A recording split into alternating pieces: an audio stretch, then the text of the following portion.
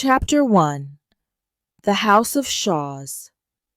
My name is David Balfour, and my story begins one morning in June 1751. This was the day I left my father's house in Essendine for the last time. My friend Mr. Campbell was waiting for me. "I'll go with you to the river," said Mr. Campbell. We walked together down the road without speaking. After a while, Mr. Campbell asked, "Are you sorry to leave Essendine?" "I don't know, sir," I replied, "because I don't know where I'm going or what will happen to me. I've been very happy in Essendine, but I've never been anywhere else. My mother and father are dead now, and I'm going to find my future." Mr. Campbell told me that my father had given him a letter before he died. He said that it was my inheritance. "Here's the letter," said Mr. Campbell, giving it to me. "Your father told me to give you the letter and send you to the House of Shaws, near Edinburgh. It's where your father came from, and he wants you to return there." The letter was addressed to Mr. Ebenezer Balfour, House of Shaws. Under the address was written, "This letter will be brought by my son David Balfour." I was surprised because I knew nothing about the House of Shaws. I was only 17 years old, and I felt scared about the new part of my life that was about to begin. Mr. Campbell said goodbye. I looked at Essendine for the last time. Then I turned and walked towards Edinburgh and my future. On the morning of the second day, L came to the top of a hill. Below me, I saw the city of Edinburgh and the sea. There were ships on the sea. I saw a group of English soldiers, the redcoats, marching along the road. When I was closer to Edinburgh, I asked people for directions to the House of Shaws. Everyone seemed surprised when I asked about this house. At first, I thought it was because I looked very poor. But after a while I thought that there was something strange about the House of Shaws. I began to worry. Before I imagined a big house with rich relatives. Now it seemed that this was not true. What is waiting for me at the House of Shaws? I thought. There was only one way to find out. I walked on. Soon I saw a large house standing alone in the bottom of the next valley. It was the House of Shaws. It was not how I imagined. The house was very old and in bad condition. There was no gate at the entrance, no path to the front door, and no smoke came from the chimneys. It looked empty. It was dark when I arrived at the house, and there were no lights on. I knocked once on the big wooden door. I waited, but nothing happened. I knocked again. Nothing happened, but I heard someone inside, so I became angry. I started kicking the door and shouting for Mr. Balfour. I heard a sound above me. I looked up, and there was a man with a big gun looking out of the upstairs window. "It's loaded," he said. "I have a letter," I said, "for Mr. Ebenezer Balfour." "Who are you?" the man asked, still holding the gun. "I'm David Balfour," I replied. After a long pause, the man spoke again, but more quietly. "Is your father dead?" he asked. "He must be dead. That's why you're here. I'll let you in." The door opened, and I went into the house. "Let me see the letter," the man said. I told him the letter was for Mr. Balfour, not for him. "I am Mr. Balfour," he said. "I'm your father's brother, your uncle." I looked at him in surprise. I did not know that my father had a brother. He showed me to a room to sleep in. Then he pushed me inside and locked the door behind me. I wanted to cry. I was tired from my long walk. I lay down and soon fell asleep. Chapter 2. Uncle Ebenezer. The next morning I knocked at the door and shouted until my uncle let me out. We sat at the table and my uncle gave me some breakfast. He did not say much or even look me in the eye. Now and again he asked me a question. "Where's your mother?" he said. I told him that she was also dead. "She was a beautiful girl," he said. The day went on like this. He asked me a question now and again, after long silences. But when I tried to ask him about the letter and my inheritance, he said nothing. I wanted to ask my uncle about my father. "Who was the eldest brother?" I asked. He jumped up. "Why do you ask that?" he said, suddenly taking hold of my jacket. "What do you mean?" I asked him calmly. "Let go of my jacket," I said. He let me go. "Don't ask me about your father," he said. That's why I became angry. I began to think my uncle was mad and maybe dangerous. Later on that night, my uncle gave me some money, 37 gold coins. This was a lot of money. "Why are you giving me this money?" I asked. "What do you want in return?" "And nothing much," he replied. "But I'm getting old, and I need someone to help me around the house." Then he gave me a key. He said it was for a tower at the other end of the house. "Go up the stairs in the tower, find some papers and bring them to me," he said. I unlocked the door to the tower. There was no light inside, and it was very dark. Very slowly, I went up the stairs in the darkness. As I went higher and higher, I began to feel the wind on my legs. The stairs seemed to move under my feet. Suddenly there was a flash of lightning. The sudden light saved my life. I saw in the flash of light that the stairs were old and falling apart. I was going to fall. Why did my uncle send me here? Was he trying to kill me? I was scared, but also very angry. I carefully climbed back down the stairs, using the flashes of lightning to find my way. Then I went back into the kitchen. My uncle was sitting with his back to me and did not hear me come in. I put my hands down heavily on his shoulders. This shocked my uncle. He was an old man, and he fell down to the floor. I left him there and looked for a weapon. My uncle was a danger to me, and I wanted to know why. I found an old dagger. I sat with it and waited. When he opened his eyes, I began to ask questions. "Why don't you want to talk about my father? Why did you give me the money? And most importantly, why did you try to kill me?" The old man looked very weak and tired. "I'll answer your questions in the morning," he said.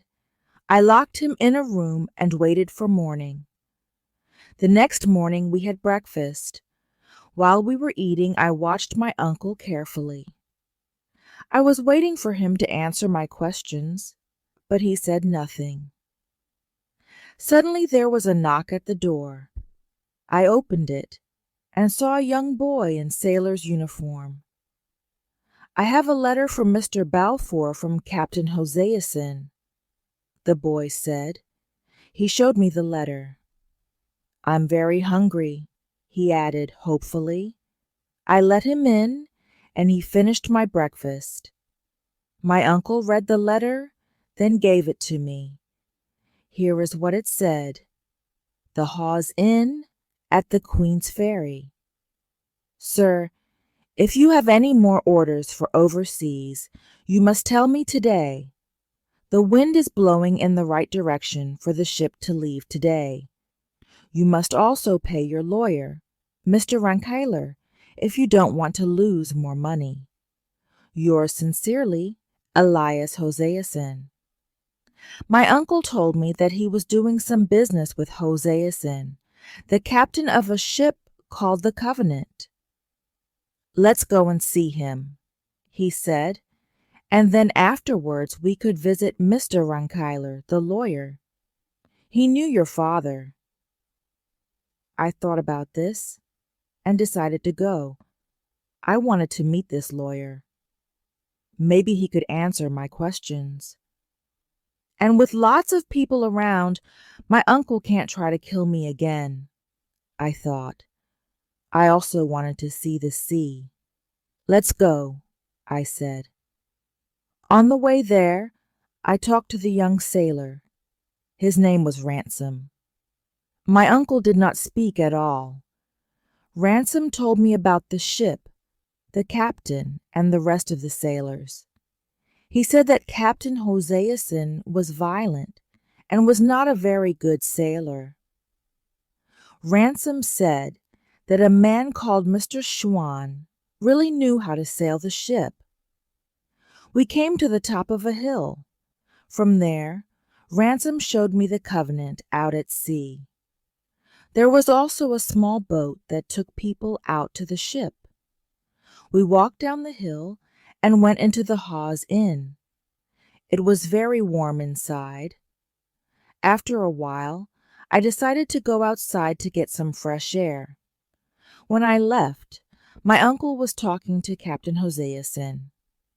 Outside, I talked to the owner of the Hawes Inn, and he told me a very interesting story. The story was that Ebenezer killed my father, Alexander, because he wanted the house of Shaws. So Alexander was the eldest son? I asked. Of course he was, said the owner. That's why Ebenezer killed him. So my father was the eldest son. One could not believe my luck.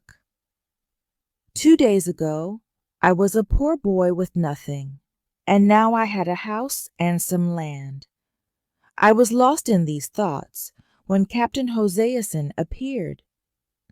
Do you want to see the inside of my ship? He asked.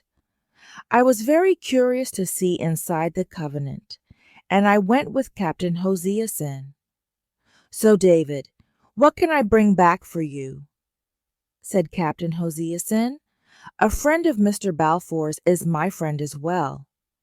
He, my uncle, and I climbed into the small boat and went across the water towards the Covenant. By the time we arrived at the ship, one thought that Captain Hoseason was a good friend. When we were next to it, I was surprised at how big it was. I was not really listening to what the captain was saying. Hoseason said that I must go onto his ship first. A rope was sent down for me. I was pulled into the air and put down on the deck of the larger ship. Then the captain came up. But where's my uncle? One asked suddenly. I ran to the side of the ship. There was the smaller boat with my uncle still in it. He was going back to the land. Help! Come back! I shouted. My uncle turned to look at me. His cruel face was the last thing I saw. Someone's strong hands held me from behind, and I was hit on the head by something hard. Then everything went black. Chapter 3: Kidnapped. When I woke up, it was dark. My hands and feet were tied together with rope, and I was in great pain. I was very confused. I knew that I was somewhere inside the ship. It was going up and down with the movement of the waves. I felt seasick. I fell asleep again, but not long afterwards a small man woke me and held a light up to my face. I was very ill. My head hurt. I did not want to eat, and I had a fever. The small man came back with the captain. "You must do something," I heard the man say. "He'll die if you leave him in here." Then the man, Mr. Riek, cut the ropes and carried me upstairs. He put me at the front of the ship with the rest of the crew. Then everything went black again. I stayed here for many days and slowly got better. Ransom told me that the ship was going to America.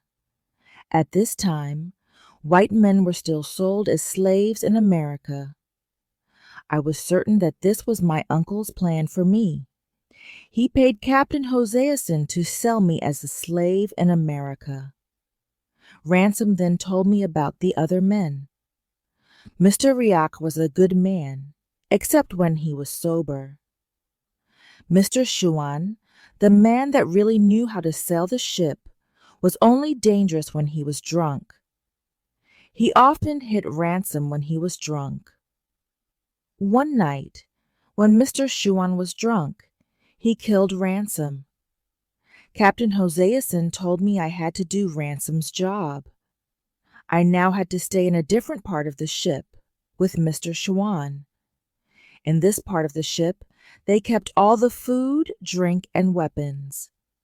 Later on, we all sat at a table. There was a bottle of brandy in front of Mr. Shuan. He put out his hand to take the bottle, but Mr. Riek stopped him. "You've already killed a boy because you were drunk," he cried. "Now stop!" And he threw the bottle of brandy into the sea. Mr. Shuan jumped up. He looked like he was going to kill for the second time that night, but Captain Hoseason stopped him. "Enough," he said. "Do you know what you've done?" he asked Shuan. "You've murdered Ransom." Mr. Shuan seemed to understand. He sat down, covering his face with his hands. "Well, he gave me food on a dirty plate," he said quietly. The captain led Shuan to his bed. "Go to sleep," he said. Mr. Shuan lay down on the bed and started to cry. Now I was Mr. Shuan's servant, but was happy to work because it stopped me from thinking too much about my situation. A week went by. The weather was not good for sailing, and we were not getting very far. I thought we were halfway across the Atlantic, but this was not true. We were still sailing south around the west coast of Scotland. One night, it was very foggy. At about 10 o'clock, I was serving dinner to Mr. Riek and the captain.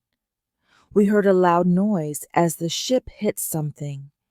The two men jumped up and went to look. "We've hit a boat in the fog," someone said. The other boat sank to the bottom of the sea with all the crew except one man. This man was brought onto the Covenant. He was a small man. He wore good quality clothes, and he had 2 guns and a sword. He and the captain looked at each other. The man told us that his name was Alan Breck Stewart. He was from Scotland, a Jacobite. He fought against the English a few years before. The English won, but their soldiers, the redcoats, were still looking for Jacobite fighters. Alan Breck was trying to get to France and escape them. He asked Captain Hoseason to take him there. "France?" said the captain. "No, I can't do that, but I can take you back to Scotland. For some money, of course." The captain sent me away to get some food for Alan Breck. When I came back, he was counting out some money on the table. The captain looked excited. "Give me half of those coins, and I'll take you to Scotland," he said. Alan Breck put his money away. "I can't," he said. "The money is not mine. It's for my chief. I can't give much of it away, but I'll give you 60 coins if you take me back to Scotland. Take it or leave it. Or I could give you to the redcoats, said the captain. That isn't a good idea. Those soldiers want this money too. They have to give it to King George. If you give me to the redcoats, they won't let you keep any of this money. Well, 60 coins it is. Let's shake hands. The captain left. I cut some meat for Alan Breck and put it in front of him. So you're a Jacobite? I asked. Yes, he said. And you? I imagine you support King George? Not one or the other, I said, because I did not want to make him angry. There's no more brandy, he said. I want a drink for my 60 coins. I went to get the key to the brandy cupboard from the captain. It was still foggy outside. I saw the captain talking to Mr. Ryek, and I heard what they were saying. They were planning to kill Alan Breck so that they could take the rest of his money. When I heard this, I felt scared and angry. I did not want to be on a ship with such dishonest, violent men. My first thought was to run away, but I decided not to. I stepped forward. Captain, I said, the man wants some brandy, and the bottle is empty. Can I have the key to get some more? The men were surprised to hear my voice and turned around quickly. That's the answer, said Hoseason to Mr. Riak. David can get the guns. He knows where they are. Then he turned to me and said, Listen, David, that man is a danger to the ship, and we must do something about it. The problem is this, David. All our weapons are locked in the room he is in now. If I go in and take the guns, he'll know something is wrong. But if you go in and take a gun or two, he won't notice. If you do this, you can have some of the money too. I'll remember this when we arrive in America. I agreed to help them, but really I did not know what to do. They were thieves and murderers, and I did not trust them. But then what chance did one man, Alan Breck, and one boy, me, have against a whole crew? Chapter 4. The Fight. I walked back into the room where Alan was eating, and I made a decision. Do you want to be killed? I asked him. He jumped up quickly. They've murdered a boy already, and now they want to kill you, I said. Will you help me? He asked. I will, I said. Now we looked around to see how to defend ourselves. There were 2 doors into the room and 1 small window. We closed one of the doors and left the other one open. He took out his sword and gave me all the guns. Now listen to me, he said. How many men are there? 15, I said. Well, there's nothing we can do about that. I'll watch this door, where the main fight will be. You must use the guns and watch the other door. I told him I was not a very good shot. If they try to open the door, you must shoot, he said. Now, what else do you have to watch? The window, sir, I said. But how can I watch both at the same time? When I'm looking at one of them, my back is towards the other.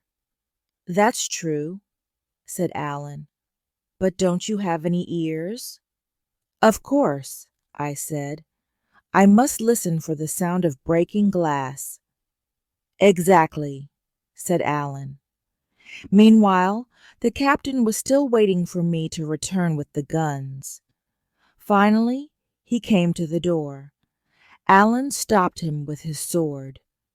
What's this? Said Hoseason. I save your life, and you show me a sword? I know what you're planning, said Alan. Now get your men together.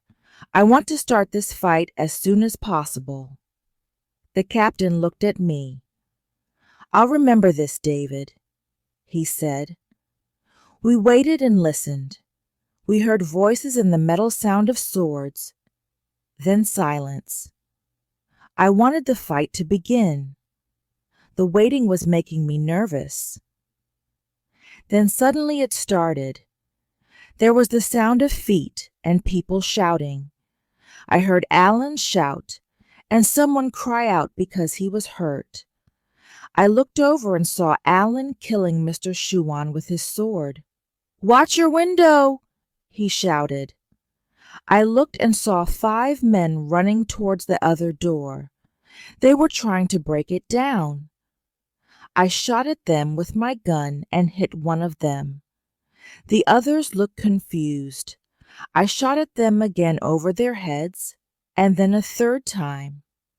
The men ran away. Somebody pulled Mr. Shuan's body out of the room. Then Alan and I were left alone. "It's not over yet," he said. "They'll be back." I reloaded my 3 guns. Then we listened and waited again. We heard a sound, and a group of men ran at the door. At the same time, the glass of the window broke, and a man came through it.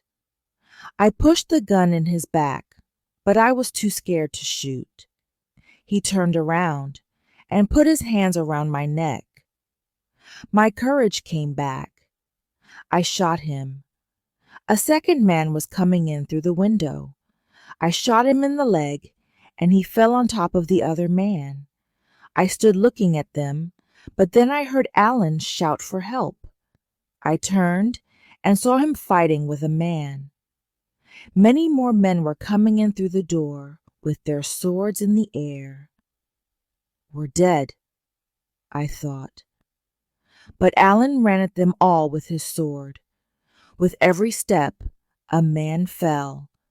Suddenly they were all gone, and Alan was running after them. He came back, but the men continued running away. In the room, there were 3 dead men on the floor, and another man lay dying near the door. Alan and I stood together. "We've won," he said calmly. I sat down. It was hard to breathe. I thought about the 2 men I killed. Suddenly, I started to cry like a child. "You're tired, David. I'll watch and you can sleep," he said. "You've done well." I slept for 3 hours. Then it was Alan's turn to sleep. I knew that there was nobody sailing the ship. It was moving gently with the wind. I heard the sound of the birds, and I knew we must be near land. I looked out of the window and saw the hills of the Isle of Skye on the right, and behind us, the Isle of Rum. Chapter 5. Ship goes down. Alan and I ate breakfast at about 6 o'clock in the morning. I did not feel very hungry. The floor was still covered in broken glass and a lot of blood. But in other ways, our situation was good. All the food and drink was in our room.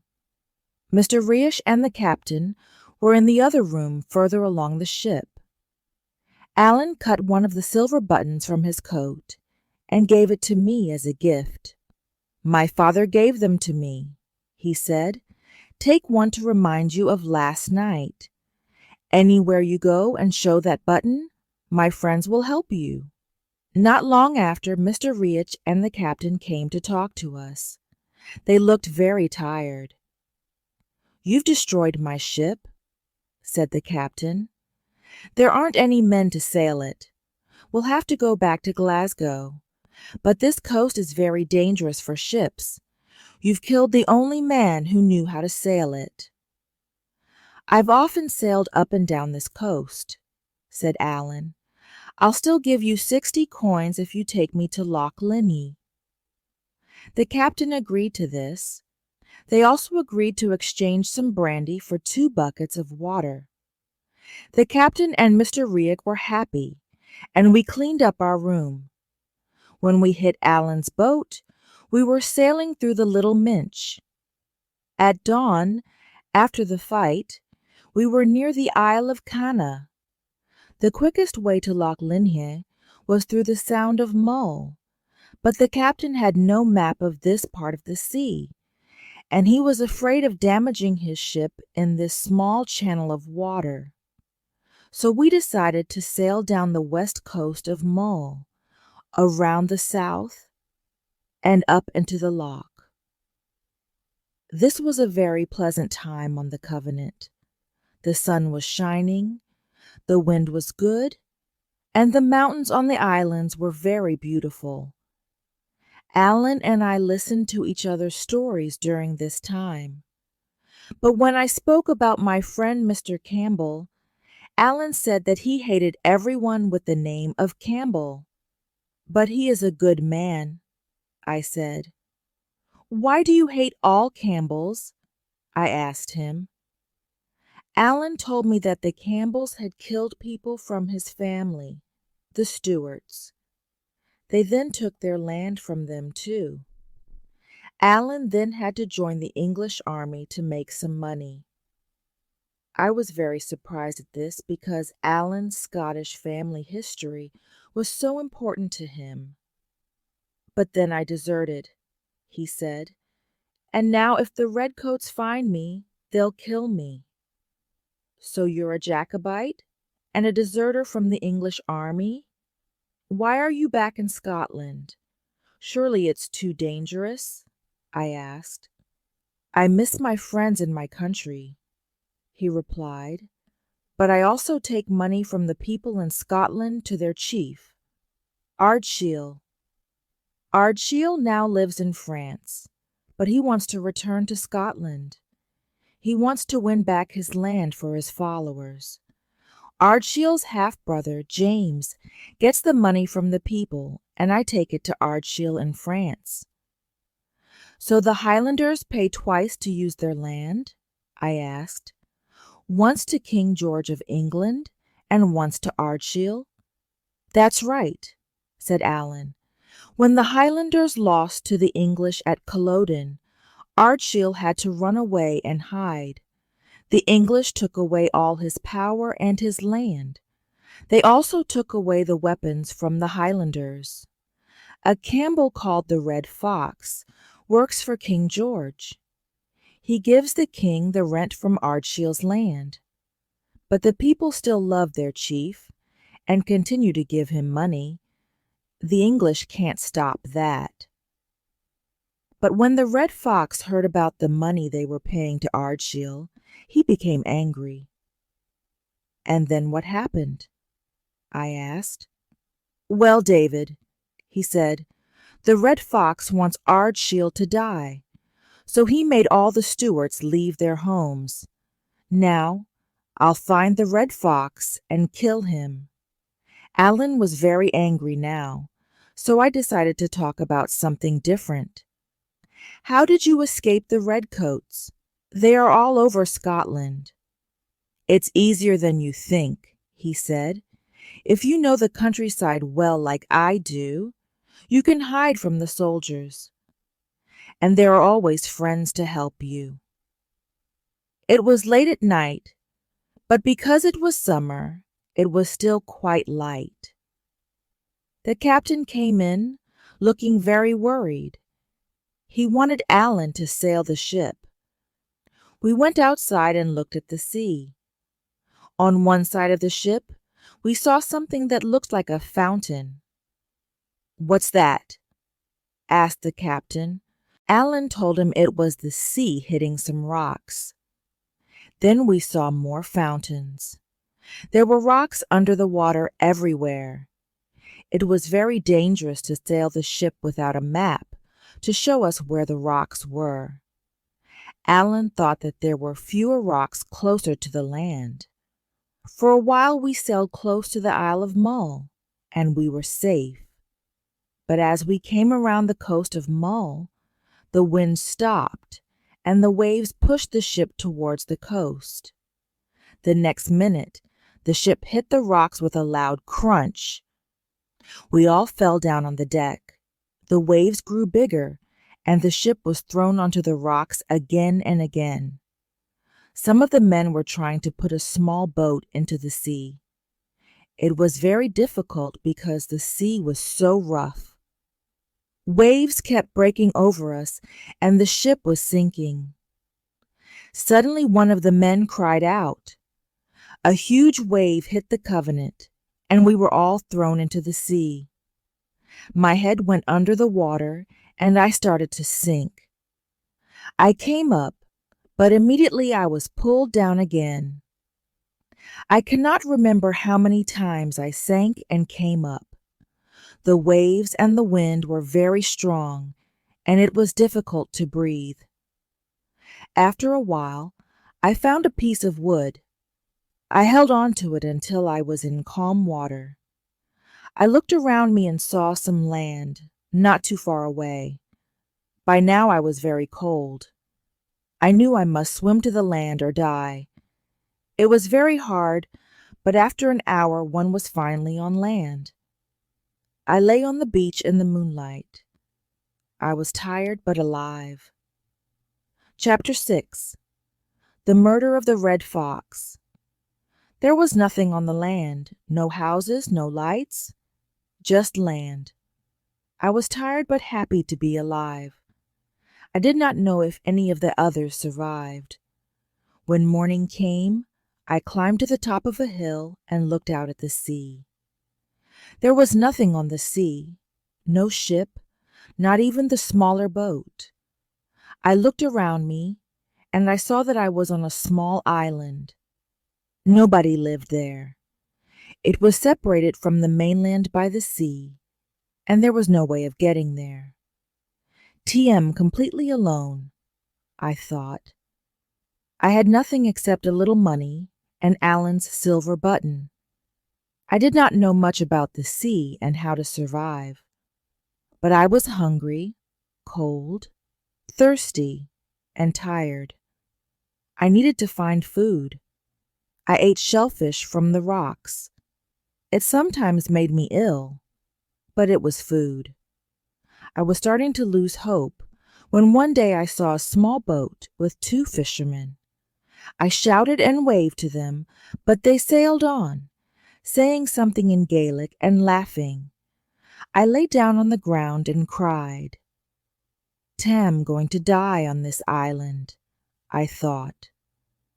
But the next day, the sun was shining.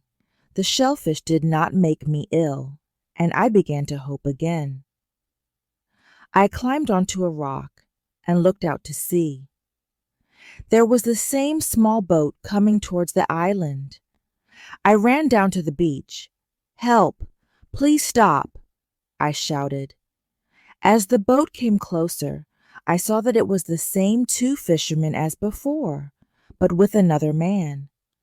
The boat stopped, and the man started shouting to me and waving. One only understood 1 or 2 words. I heard the word tide. Suddenly, I understood.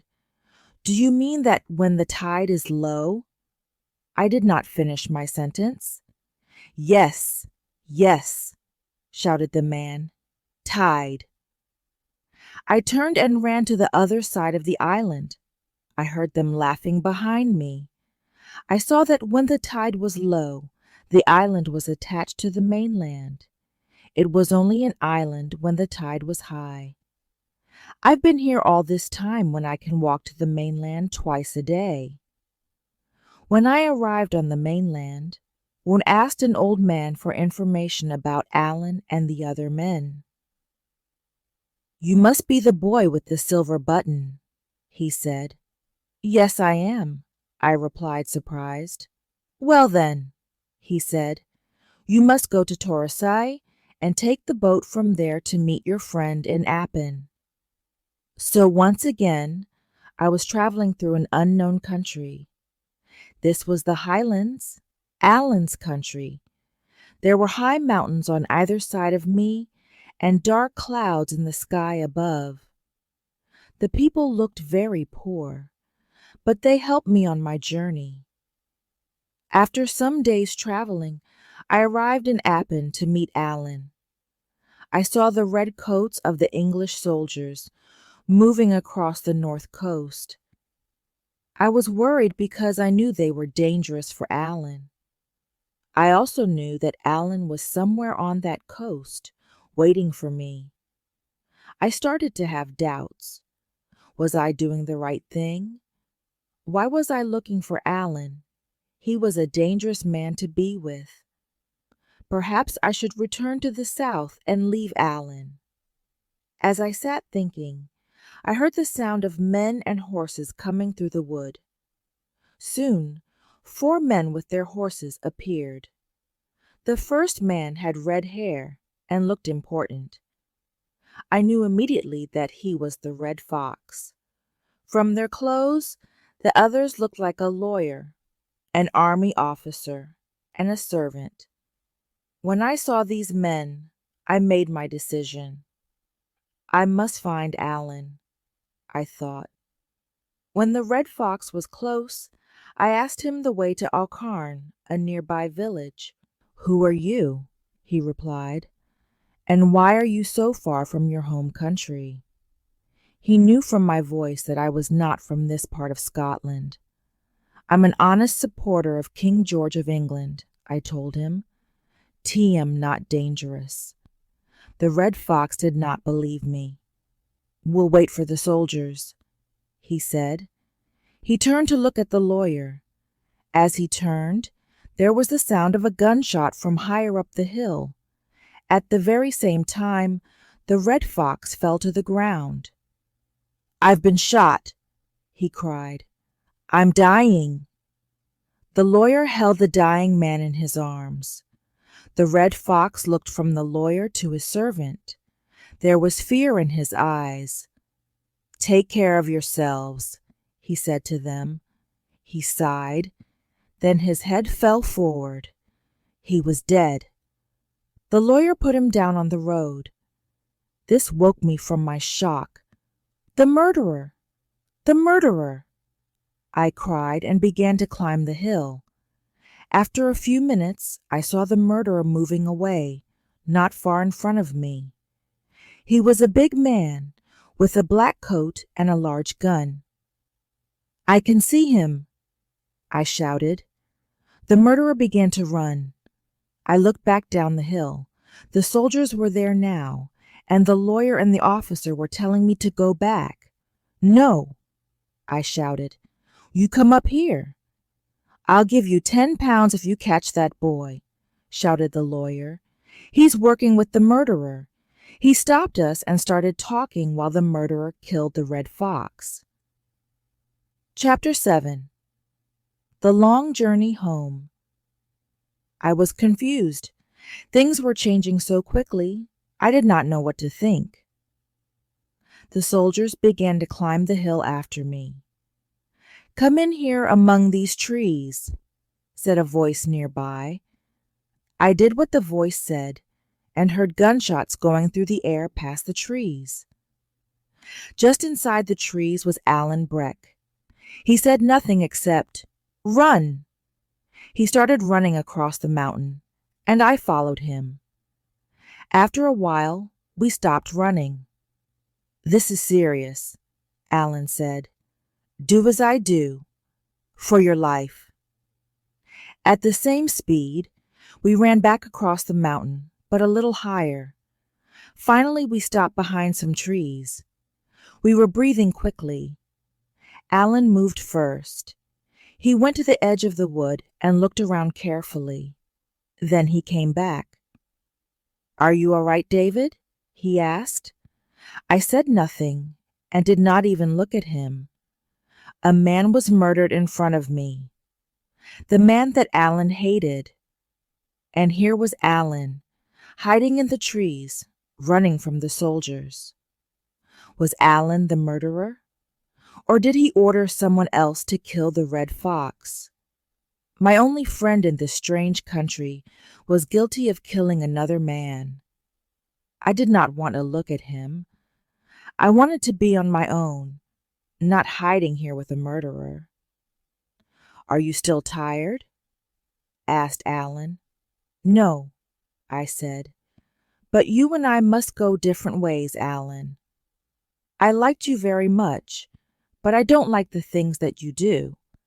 They are not my ways, and they are not God's ways. I must leave you."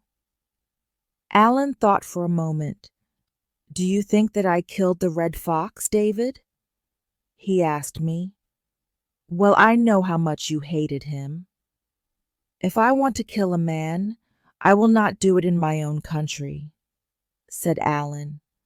"We don't have much time. We have to run away from here.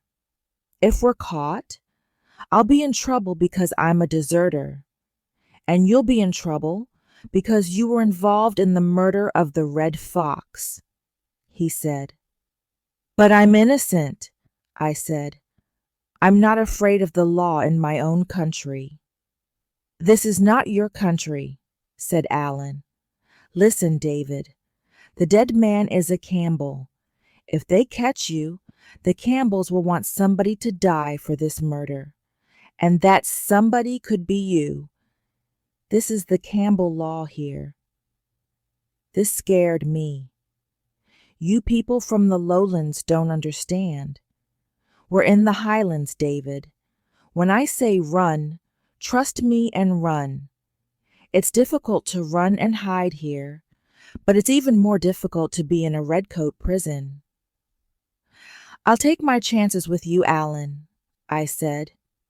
"It'll be hard," warned Alan, "but your only other choice is death." We shook hands. "Now, let's see where the redcoats are now," he said. We started walking. Night came. It was a cloudy night, so it was very dark. Sometimes we walked, sometimes we ran. We traveled on and on until I was tired and weak. At dawn, we stopped. Alan found a safe place high up between two rocks. I slept. I was woken by Alan's hand over my mouth. "Shh," he said. "You were making too much noise in your sleep." "Well, what's wrong?" I asked.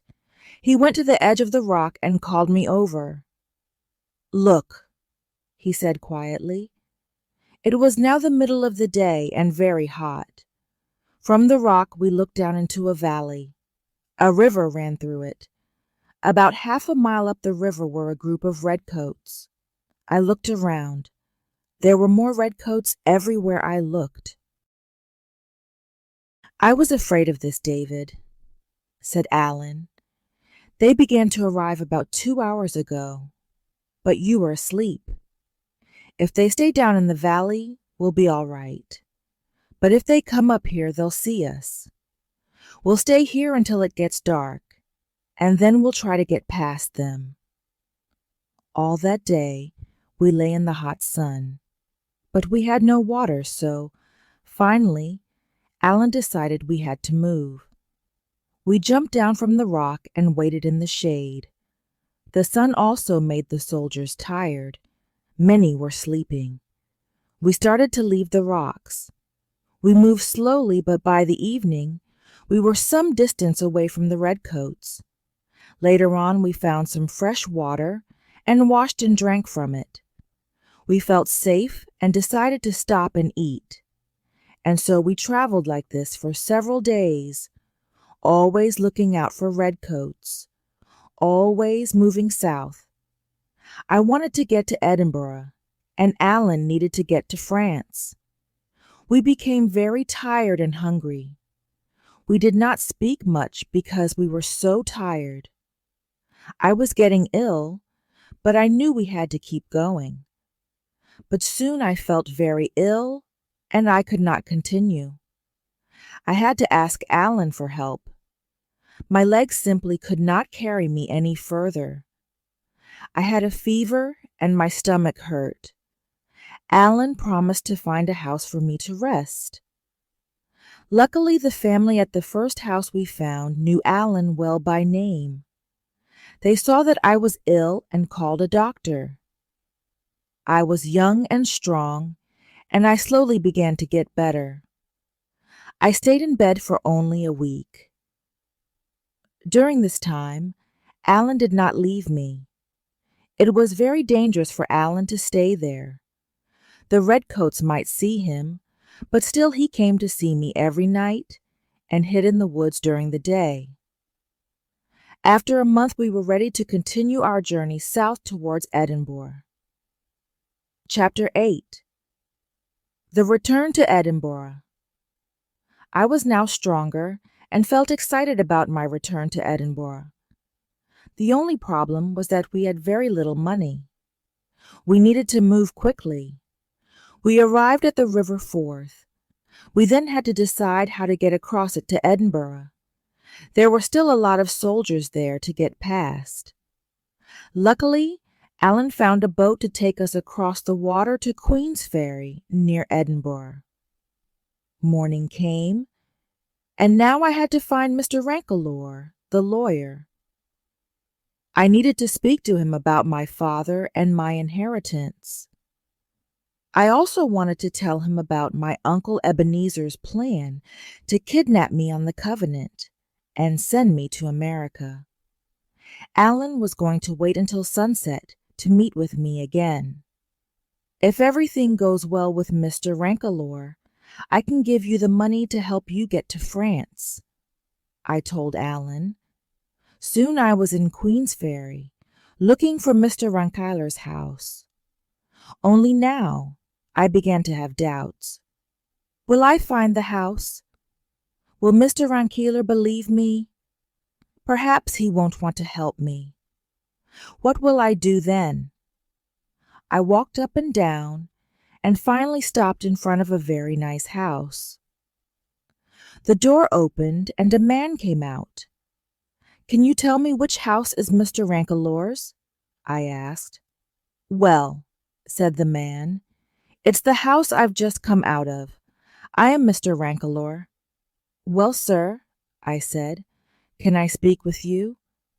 But I don't know your name or your face, said Mr. Rankelour. Who are you? My name is David Balfour, sir, I said. David Balfour? He said, sounding surprised. We went inside the house. How can I help you? He asked. I am the son of Alexander Balfour. Mr. Ebenezer Balfour is my uncle. I believe that the House of Shaws is my inheritance, I said. And so we talked. He told me about events in Edinburgh and all the lies that my uncle told about me. I told him everything that happened to me.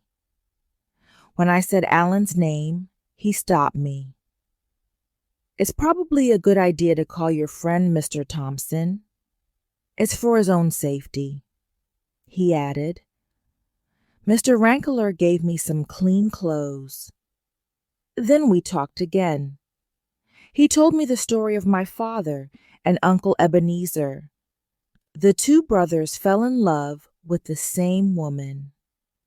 After a lot of fighting, the lady rejected both of them. After more arguing, they made a decision. They decided that one brother could have the lady, and the other brother could have the house. It was a bad decision for everyone, said Mr. Rankelour. Your mother and father lived and died poor, and your Uncle Ebenezer was hated by everyone. He became selfish and dangerous, as you have seen for yourself. And so, I asked, what is my position now? Well, the law says that the house is yours, replied the lawyer, but I think your uncle will fight you for it. Listen, your uncle paid Captain Hoseason to kidnap you, right? We need to show that your uncle was responsible. If we can do this, he'll have to give you the house.